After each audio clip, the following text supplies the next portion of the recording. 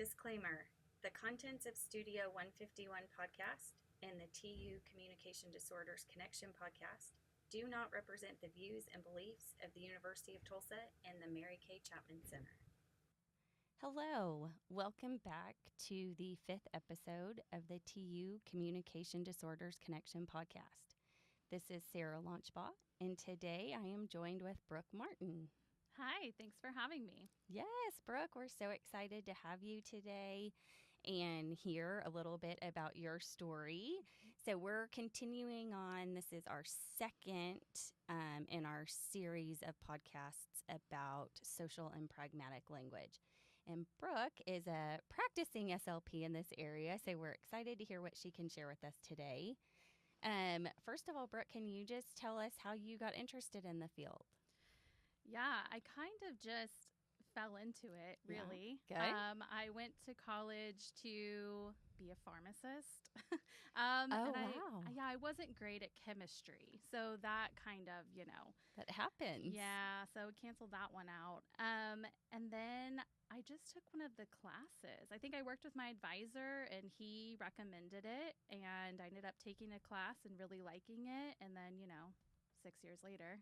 As they say, the rest is history, right? There it was. Okay, so did that happen in your freshman year? Yes. Wow, so pretty early you had a change. Yes. Okay. And I think the first class I took was a language class, maybe child development. Okay. And then I really fell in love whenever I took like the phonetics. I loved doing the IPA and learning all of that different stuff. So it is fun. It's like learning a foreign language. Yeah. We have our own little code. Yeah. And then I got it and I was like, oh, I can do this. That's awesome. Okay. And so where did you do your undergrad? So Oklahoma State University. Okay. Yes. And we need to thank that advisor for knowing enough about speech path to switch you over. Definitely. That's good. And then where'd you do your master's? At TU. Hey, Rain Kane. That's awesome. Okay, so when you graduated, did you know that you had this passion to work with social pragmatic language, or was that another oh, this is not what I was expecting to do, but here I am? Yeah, no, not at all. I really didn't have a focus initially. I did contract work at first so that I could kind of dabble in everything. So I started out in a high school. Actually, as soon as I graduated, I moved out to LA to get out of Oklahoma. Okay. So I worked in Santa Monica High School and a small elementary in Malibu. And I did schools there. And then after a year, I moved up to Portland and I worked in homes, which I really liked. Oh, wow. Because initially in the field, I thought I wanted to work with adults. Okay. Children were scary. Mm-hmm. But I was like, okay, I can do this. So I did birth to 3 and then 3 to school age. And then I ended up back in the schools. I think somehow I just always ended up back in schools. Yeah. And then I just really saw the need for it. Even when I had students that would come to me and they were already on an IEP for other things, really the teachers were always coming to me saying, like social skills is what they really need help with, because this is the thing that's, keeping them from making friends or getting them in trouble in school. And so really started doing some more of that. Yeah.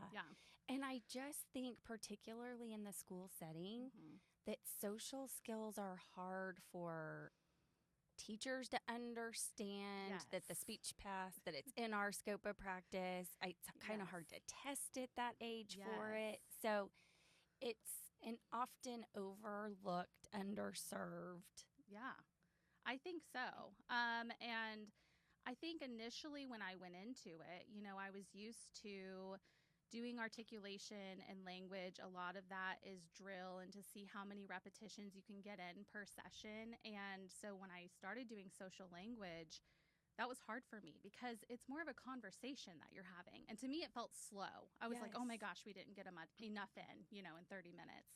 But then over time, that really it was kind of cool to me because I feel like the kids are learning, but I'm also learning. Yes. And it's also something that's evolving with the generations. There's so many differences in just what home they're raised in and what they practice in their home or what religion, so there's all these different things that go into it. So I'm learning a lot too. Yeah, that's so cool. It gets me all excited. Yes. It's so fun. So working on social skills. So now you're back in the school setting. Yes. So kind of back full circle. You're in Tulsa, Yes. working in a high school. Yes. Just a high school. I work at Jinx High School. Okay. Yes. And on your caseload then, is it just social pragmatic language kiddos, or is it kind of the whole gamut? The whole gamut. Okay. Yes. And I would say that I kind of settled into this group. So within the Jinx public schools, they have different levels of special education. And the level that I kind of fell in love with, they're called our essentials. And so these are students that typically, I think 10 years ago, probably would have been in self-contained. But because they had so many other independent skills, they can travel around. They do have some communication skills. We have them traveling around. And they're delayed. I would say it's moderate to severe. You know, at the high school level, they're around a second, third, fourth grade level. But they like their teachers. They like school. But they also want to be like their peers. And so that's really hard. It gets them into trouble sometimes. Yeah. So that's kind of where the social skills come in. Yeah. Absolutely. Okay, so with the students that you're seeing, are you working with them individually? Is it group-based therapy? Yeah, so I'm working with them in groups. Okay. One group I have is very large because it was outside of their, like they have their normal speech time, and we just knew that they needed some more help with this. So we're like, okay, let's try this. And it just kind of stuck. So it's a really large group, so big conversation. But I have other small groups as well. Oh, I love that. Yeah. And so what are some social language themes or topics that high school age kiddos need to work on? Because, you know, I think, again, there's this general understanding of like, oh, yes, they need to initiate conversation. Yes. Yeah. Well, by that age, they know how to initiate. Yeah. But then what? Right. Yeah, so we do have the whole gamut because I do push into a severe profound class as well. So we do work on greetings. We work on, you know, how are you? Mixing that up, trying to respond to different questions like, what's up? How's your day? And then taking that to the next level of just a back and forth conversation. You know, what did you do last weekend? Oh, spring break's coming up. What are you doing for that? But then with some of the higher groups, we get into like the nitty gritty of dating, relationships, character development, and self-esteem. You know, what makes you a good friend? What makes you a good, you know, that somebody would want to date? And so that's really interesting. I think that's the part where I learned the most because dating has really changed in the past, It's you know. changed a lot. Since I did it over a decade ago. Yeah. So, yeah. And that's the thing, we want these kiddos to buy into services and to understand the importance. But if we're not working on topics that aren't relevant to them, we're not going to get the buy-in. Yeah, exactly. I mean, it kind of, at first, when you bring it up, you're like, hey, we're going to talk about relationships or we're going to talk about dating. They're kind of, you know, like a little shy and they giggle and all of that. But over time, you know, I think that they're appreciative of it and having conversations about it because they're probably not having a lot of conversations about it. And just like their day-to-day things that come up that they can bring up in the group and we can talk about, and how did you handle it? How would I handle it? So I don't know. It's really cool. That's awesome. Yeah. I'm so glad to hear that you're doing that because it's fun. It's so important too. Yeah. So have you covered any topics? Dating sounds like one, but that you just were like, wow, I never actually thought I would be doing this. Is dating probably the one, or were there any others? That's probably the one, that I didn't think I would get into as much. It actually, I kind of got interested whenever I saw that Netflix series. Have you seen it? Autism on the Spectrum, or Love on the Spectrum. Yes. And I think there's another one too for individuals with Down syndrome. Yes. Down with Love. Yes. Yeah. Oh, and I was they like, are that's amazing. cool. We could totally do that. And so we actually had some resources for it, and we just kind of started working on it. But it was really cool this spring because we had actually a graduate student from TU, and she brought a different perspective because I think she's probably Gen Z, right? Mhm. Like I'm a millennial. Things have changed. Yeah. And so talking about just who pays on the date. Yes. Like what are the different steps to dating? Because like with my parents, it was like, okay, we're going steady. Yeah. And then I think we're getting married. And then like for me, it was like, okay, I like you. Now we're boyfriend, girlfriend. Now we're engaged. Now we're married. But for these kids, it's so complicated. They're like, we're DMing, we're texting, we're talking. Now we're walking. Like Yeah. it's like so micro level. Yes. I'm like, no wonder you guys are so stressed out and anxious. Like this is This is complicated. exhausting. Yeah. Yeah, but it was just really interesting. And like our grad student, that was the first thing that she had brought up because we talked about who pays on a date. She's like, oh, you should never go into a date expecting like you should go in expecting to pay for yourself. Yeah.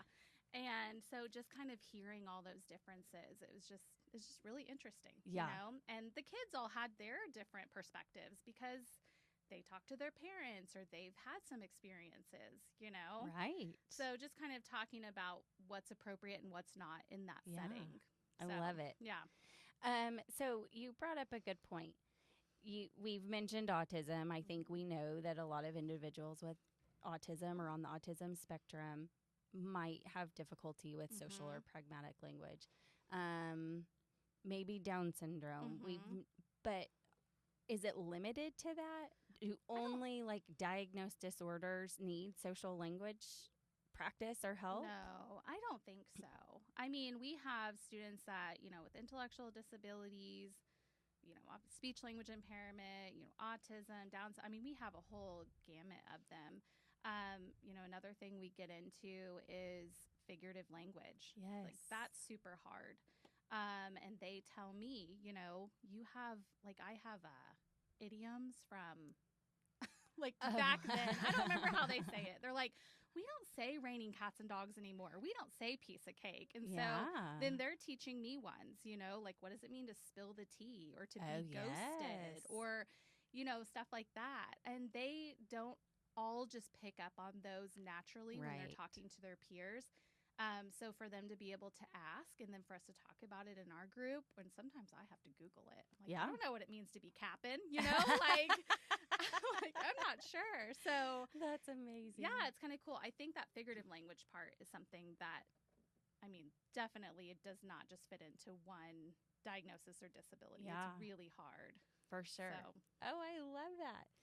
So what's something that you think would be good for the general public to know about social or pragmatic language or delays in those areas? Yeah, I think it's interesting because I have been to some trainings recently where really the mindset or, it's shifting. And I think it has been for a while because we always want to teach, what's the appropriate way, what's the proper way. And now it's like, okay, but, individuals with autism or other diagnoses, like we don't want them to just come over to how we do things. We kind of want to meet them in the middle so that they can, because we want them to be themselves. Yes. But just how to handle different situations. So I think that kind of just getting used to how other people, just how anybody, everybody's different, whether you have a diagnosis or not, how we're handling social situations. So I don't think there's it's one of those things that's why it was so hard for me initially, coming from artic and just language therapy. It's like there's no right and wrong. My way is not the right way. I don't have a book that's going to show you, exactly how you handle a conversation. So I think it's just a learning process for everyone and just evolving.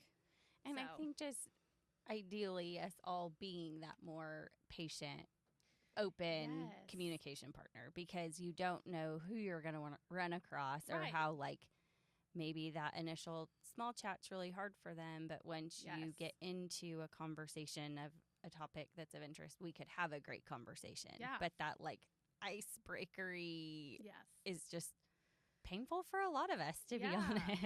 For sure. And I think that, the number one thing that I see in schools that I'm always trying to help like our support staff with, even our teachers, like I feel like I'm constantly collaborating with them on, is just that wait time. Yes. Oh my gosh. And it can be so uncomfortable for people. And we tend to over prompt. Yes. And so I feel like that wait time is really important. It gets awkward sometimes. Like I'll sit in my room and I'll have a group of students there and I just won't say anything until somebody initiates. I love it. And that's awkward for some people Yes. because even, a support staff or a paraprofessional or someone will be like, hey, Johnny, what do you say? Right. And I'm like, no, just wait for them. Let them, yes. Yeah. And, that reminds me, there was a great ASHA article a few years ago about it was, I think, specifically individuals on the autism spectrum disorder, but that kind of over prompting. And it's like, we have taught them how to ride a bike in picture form and in written form, and they can step out the process. But until we hand them the bike and give them the time to actually try it, we haven't taught them anything. And so that's that exact thing. Like, if they can't initiate without having a prompt, we haven't taught them how to communicate. Yeah, for sure.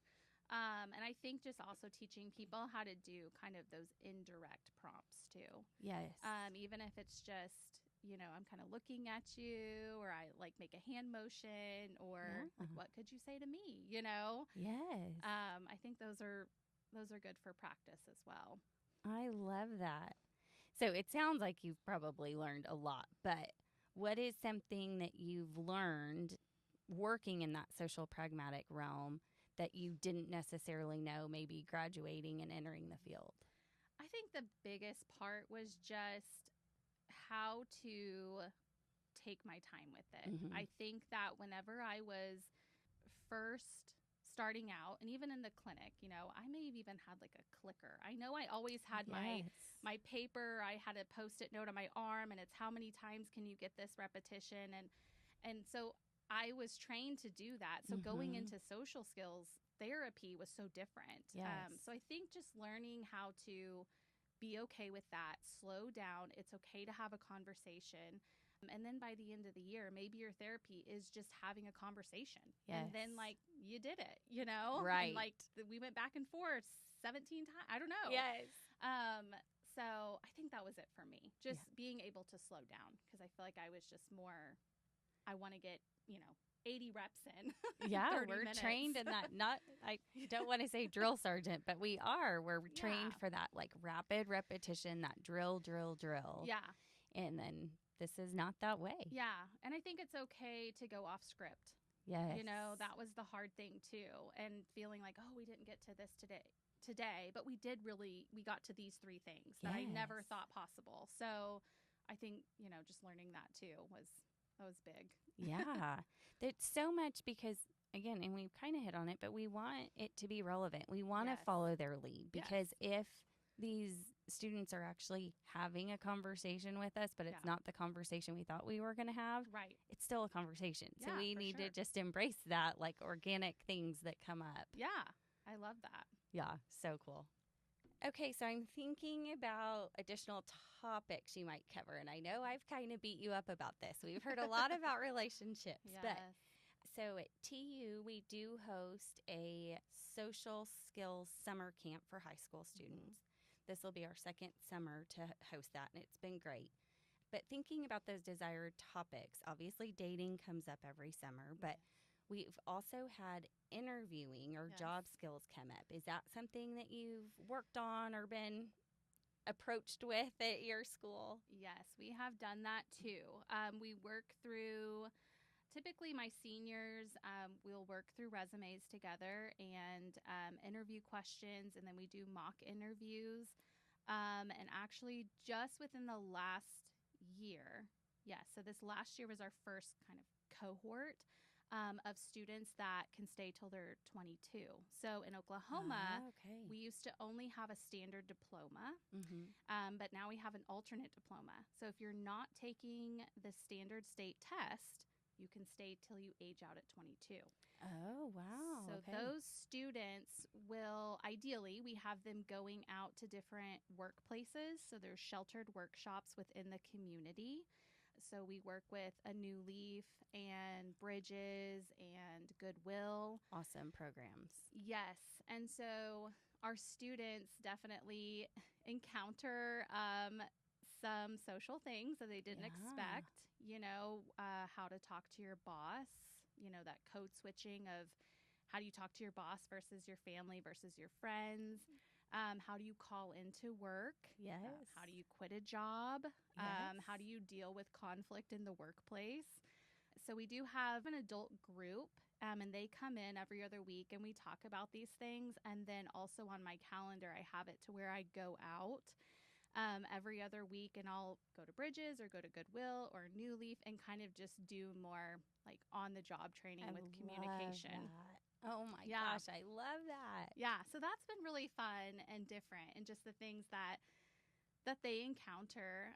So yeah, it's been a new challenge for me and for them. So. Absolutely. It's always something, right? Yes. It's always something. It's changing. And I loved the point you made too about figurative language, how kind of the idioms we've worked on or known or used for years are no longer relevant. And so again, working on a job skill or job training in the school setting is going to look very different than it does in the actual work setting. For so sure. Spending the time out there with them is awesome. Yeah, that's been really fun. It's nice to get out. It's nice to do something different. Yeah. It's nice to see the things that they're encountering, and they're not so far out there. I mean, they're things that I've encountered in the workplace, or my peers. So yeah, it's been fun, and they really appreciate it.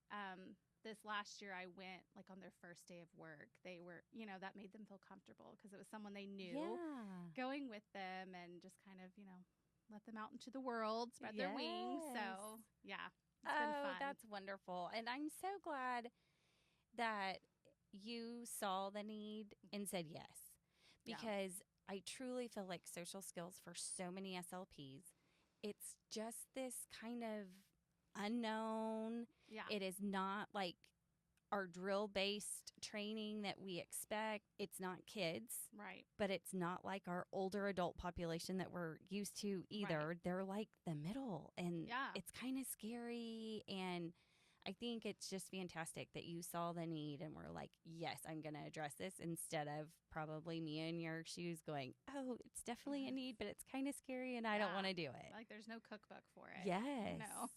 No, and even materials. Yeah. We definitely have to kind of Mod Podge our materials. Yeah. We have different websites we use, different books that we go to. Another thing I was nervous about was getting, like evaluated by my boss. Like they're going to come in and I'm just having a conversation with the kid. I'm like, this doesn't look like therapy. Yeah. So just kind of working through all that. It was kind of uncomfortable at first, but over time, I think people see, the results of it, when there's a kid in the hall and they say hi to you before you say hi to them, or they ask you about your weekend or something, it just sort of starts coming out and you see the results. So that's nice. I love it so much. I absolutely love it. And just like I said, thank you for saying yes and tackling it. I think it's so important. So it has been awesome having you here today. We appreciate you and your time so much, and the super important work that you're doing in this high school age population. So thank you. It's been fun. Yeah. Okay. Until next time.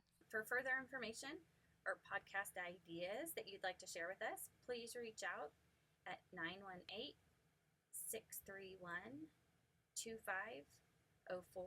You can ask for Chloe or Sarah. We would be happy to chat with you. Thank you, Studio 151, for letting us record. We look forward to recording future podcasts. Remember, communication is not just about words. It's about understanding, empathy, and connection. Until next time, keep listening, keep learning, and keep communicating.